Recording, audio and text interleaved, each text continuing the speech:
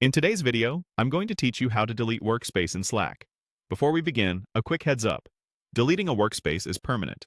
All messages, files, apps, and settings will be removed and can't be recovered.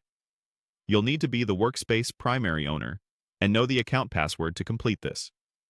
If you just want to pause activity, consider deactivating your account or leaving the workspace instead. With that in mind, let's walk through the process carefully.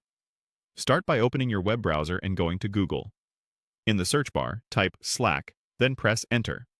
Click the official Slack website from the results and sign in if you're prompted. Once Slack opens, look toward the top left corner to find your workspace name or logo.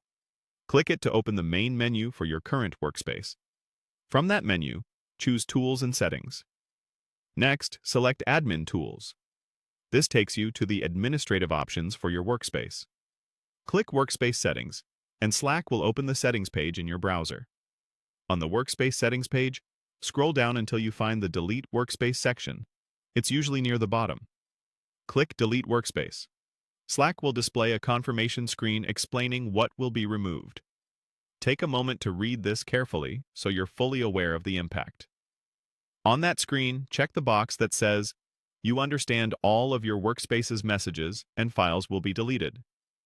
This acknowledgement is required to continue. Now, enter your Slack password to verify your identity.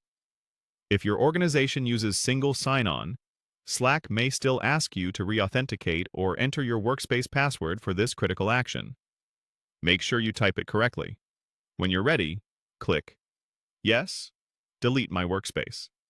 Slack will process the request and show a confirmation once the deletion is complete. In some cases, you may receive an email confirmation as well. If you don't see the delete option, you likely aren't the primary owner, or you're viewing a different workspace than you intended. Double-check the workspace name at the top left and switch if needed. A couple of final tips. If you manage multiple workspaces, verify you're deleting the correct one before confirming. If your workspace is on a paid plan, review your billing to avoid surprises. Deletion ends access and content immediately. And remember, deletion can't be undone, so be certain you've backed up anything you might still need. That's it. You've learned how to fully delete a Slack workspace, from opening Slack to confirming the final removal.